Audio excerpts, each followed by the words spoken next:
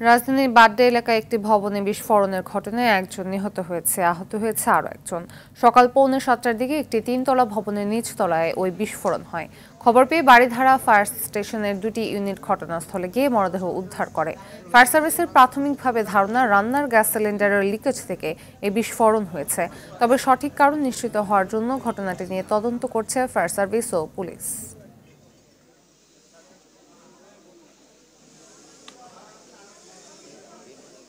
একজন লোক নিহত হয়েছে, একজন আহত হয়েছে। তাকে উদ্ধার করে ঢাকা মেডিকেল কলেজ হাসপাতালে প্রেরণ করা হয়েছে। এখানে কি কারণে বিস্ফোরণ ঘটেছে এটা আমরা প্রাথমিকভাবে তদন্ত করতেছি। তদন্ত করে পরবর্তীতে আমরা জানাতে পারবো যে আসলে এখানে কি কারণে বিস্ফোরণটা ঘটেছে। দর্শক, এই মুহূর্তে বাড্ডা থেকে সরাসরি যোগ দিচ্ছেন সহকর্মী আশিকুল আলম। আশিকুল, কিভাবে বিস্ফোরণ হলো সেটি জানা গেছে কিনা? ধন্যবাদ আপনাকে। ফায়ার সার্ভিসের কর্মকর্তা যেমনটা বলছিলেন যে প্রাথমিকভাবে তারা ধারণা করছেন যে গ্যাস থেকেই আসলে বিস্ফোরণটি হয়েছে, এটি তারা প্রাথমিকভাবে ধারণা করছেন। তবে তদন্তের এখনও অনেক সময় বাকি, যেহেতু ফায়ার সার্ভিসের কর্মকর্তারা এসেছেন, আইন শৃঙ্খলা রক্ষাকারী বাহিনীর সদস্যরা এসেছেন, তারা আসলে পুরো বিষয়টি পর্যবেক্ষণ করছেন, দেখছেন যে আসলে কি কারণে এই বিস্ফোরণটি হয়েছে। আমি যে রুমটি আপনাকে দেখাচ্ছি, যে এই রুমটি এই বিস্ফোরণের ঘটনাটি ঘটেছে এবং এই বিস্ফোরণটি এই রুমে হওয়ার সাথে সাথেই কিন্তু পাশে যে রুমগুলো ছিল প্রতিটি রুমেই ঠিক পাশে আরও 4টি রুম রয়েছে। 4টি রুমেই কিন্তু আমরা দেখছি যে বেশ ক্ষতিগ্রস্ত হয়েছে। আপনাকে যদি একটু দেখাতে চাই যে রুমে বিস্ফোরণ হয়েছে সেটির দরজা ভেঙে পাশের যে রুমগুলো, পাশের এই রুমেও কিন্তু প্রবেশ করেছে। আপনি দেখতে পাচ্ছেন যে মানে বিস্ফোরণের মাত্রাটা ছিল খুবই ভয়াবহ, যেটি আসলে চোখে না দেখলে আসলে বিশ্বাস করার মতো না।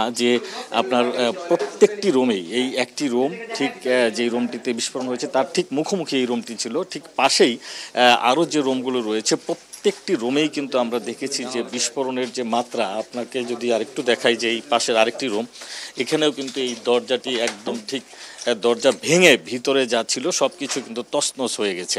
ঠিক পাশে আরেকটি রুম রয়েছে, এই রুমেরও কিন্তু একই ধরনের অবস্থা, যে প্রত্যেকটি রুমেই আমরা যেরকম দেখছি যে ভয়াবহতা।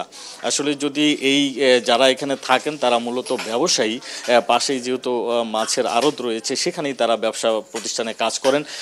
ভোরবেলা কেউ এখানে ছিলেন না, যেহেতু ভোরবেলা তাদের বেচাকেনা চলে, সেই সময়টায় তারা বাইরে ছিলেন, যার কারণে কিন্তু হতাহতের সংখ্যা অনেক কম হয়েছে।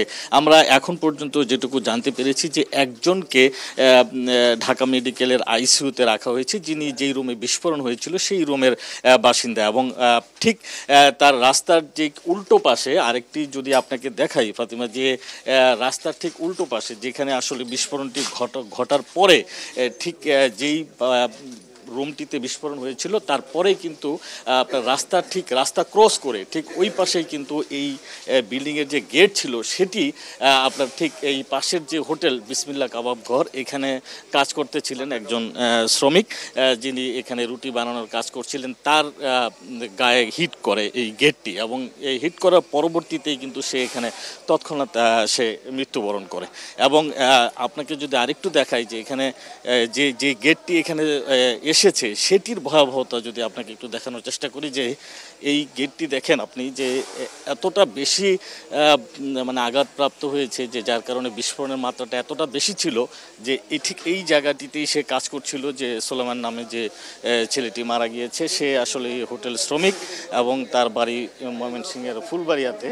এবং এখানেও কিন্তু বিস্ফোরণের মাত্রা ছিল খুব ভয়াবহ। আপনাকে যদি একটু দেখাতে চাই, এবং এখনও পর্যন্ত কিন্তু রক্ত জমাট বেঁধে আছে। আসলে এই যে গ্যাসের যে সিলিন্ডার ব্যবহার করা হয় সেটিকে আসলে মূলত তদারকি না করা এবং এগুলোর মনিটরিংয়ে আসলে যারা আছেন তাদের কিন্তু এক ধরনের কি বলবো এটিকে, যে তাদের এই নেগলেন্সির কারণেই কিন্তু এ ধরনের আমরা প্রায় দেখছি যে রাজধানী সহ দেশের বিভিন্ন জেলাগুলোতে এই গ্যাসের সিলিন্ডার বিস্ফোরণের ঘটনাগুলো ঘটছে। এবং এই বিষয়গুলোতে আসলে যারা তদারকির দায়িত্বে, দেখভালের দায়িত্বে রয়েছেন তাদেরকে এই বিষয়গুলো আসলে খুব ভালোভাবেই মনিটরিং করা উচিত। প্রতিনিয়তই প্রাণ জ্বরে যাচ্ছে, কিন্তু কর্তৃপক্ষ যারা আছেন তাদের আসলে ওইভাবে টনক নড়ছে না। ফাতিমা, এই ছিল আমার কাছে রাজধানীর বাড্ডা থেকে। ধন্যবাদ।